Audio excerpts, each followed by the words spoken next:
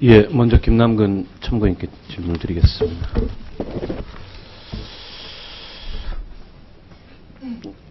이 DTI와 LTV 오늘 여러 가지 논란이 되고 있는데요. 이 제도를 명시적으로 운영하는 나라들 중에 이 제도를 부동산 경기 조절 수단으로 이렇게 활용하는 그런 사례가 있습니까?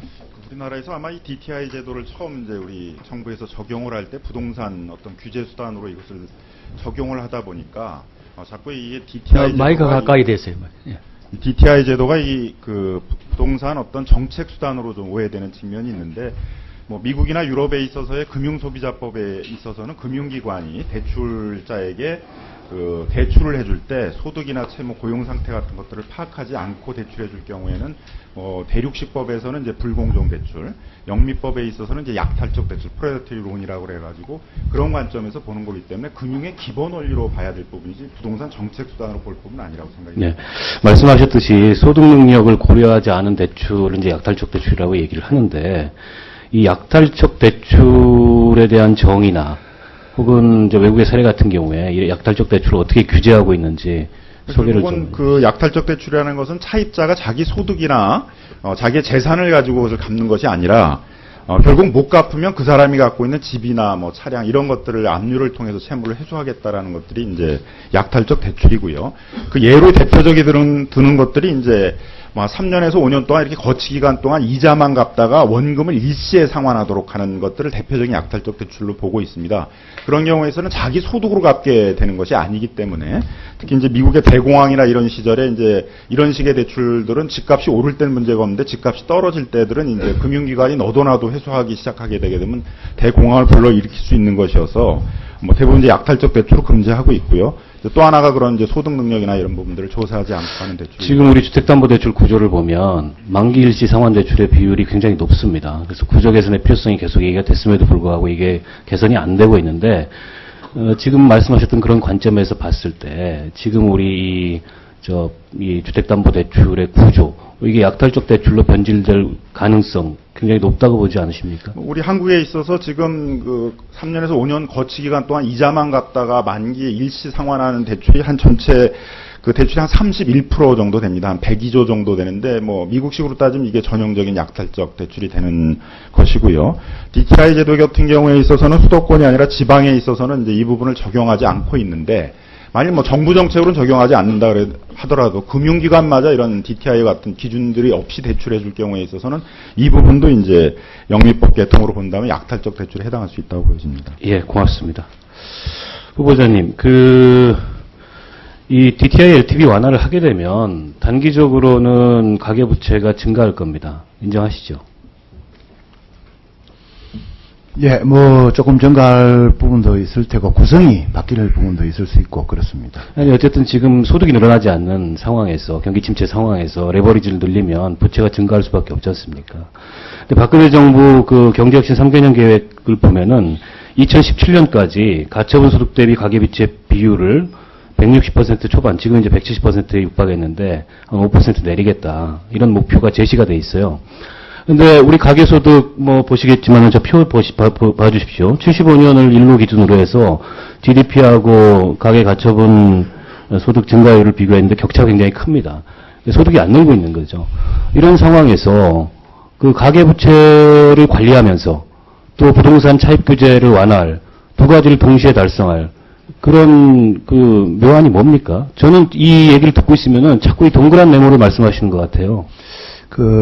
의원님도 아마 트렌드를 분석하시면서 잘 보셨겠습니다만은, 최근에 보면은 이제 이 가계대출 증가율은 상당히 안정적으로 관리가 되고 있습니다. 증가율 자체를 보면은.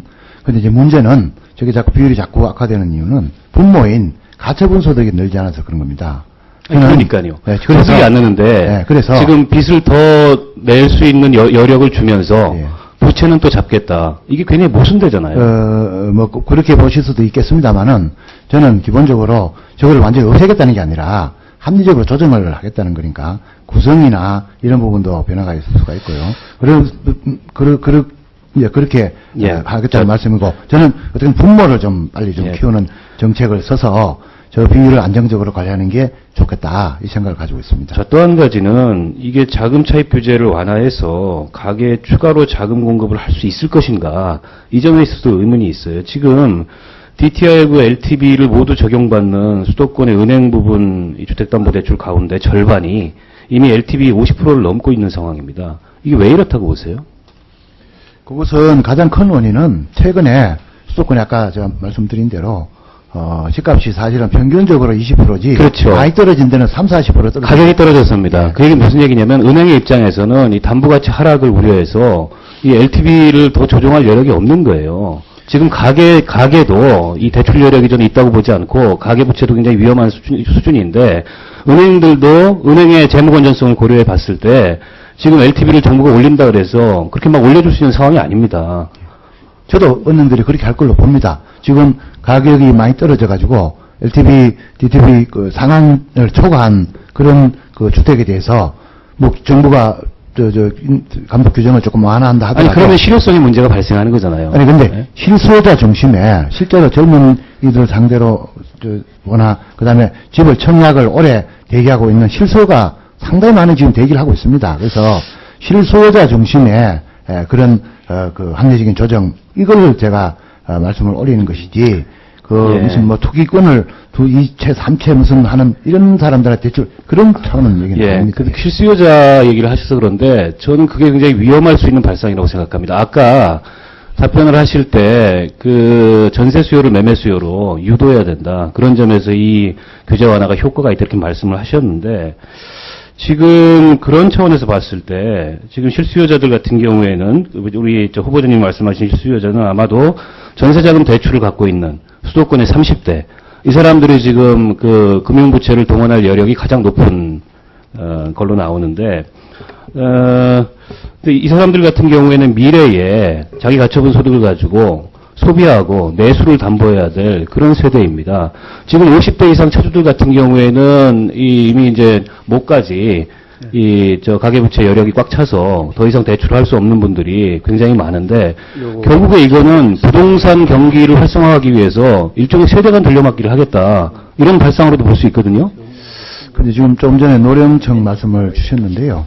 솔직히 노령층은 소득은 사실은 낮지만은 자산 측면에서는 사실은 여유가 많이 있습니다. 그래서 이것도 마찬가지로 획일적으로 규제하면은 이런 부작용이 나타나기 때문에 이 연령별로 또 젊은 층은 그에 비해 상대적으로 지금 소득은 괜찮지만은 향후 기대되는 소득은 자산이 없지 않습니까? 그래서 그런 점들을 좀 불합리한 점을 조정해서 실소유자가 편하게 또 합리적으로 할 수 있자. 그런 취지의 말씀을 제가 계속 올리고 있는 것입니다. 아니 아까도 지금 거듭 강조하시기를 그 내수 활성화가 굉장히 중요하다.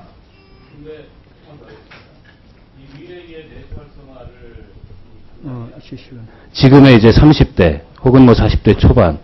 근데 이 사람들을 또 다른 각도에서는 이 지금 LTV DTI 완화를 통해서 주택 구매를 할 수 있는 실수요자를 보고 이 사람들을 가계부채로 묶어놓는다면 이들이 가처분 소득이 늘어난다 하더라도 빚 갚느라고 정신이 없을 텐데 이게 지금 경제정책 방향이라는 게 굉장히 모순돼 있어요. 그렇지 않습니까?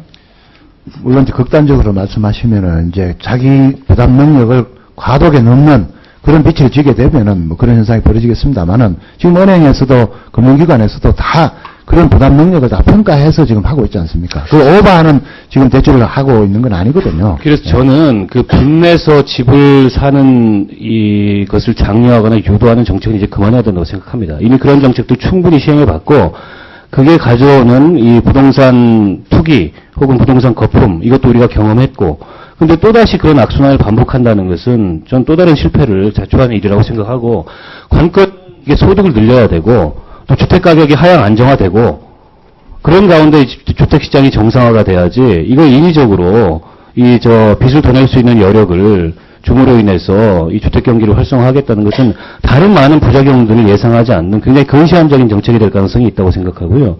아까 이제 관계기관 협의회에서 뭐 검토하겠다고 말씀을 하셨는데 이 문제는 정말 충분한 토론이 필요하기 때문에 저는 국회에서 이 공청회를 할 것을 제안을 드립니다. 네. 자, 수고하셨습니다.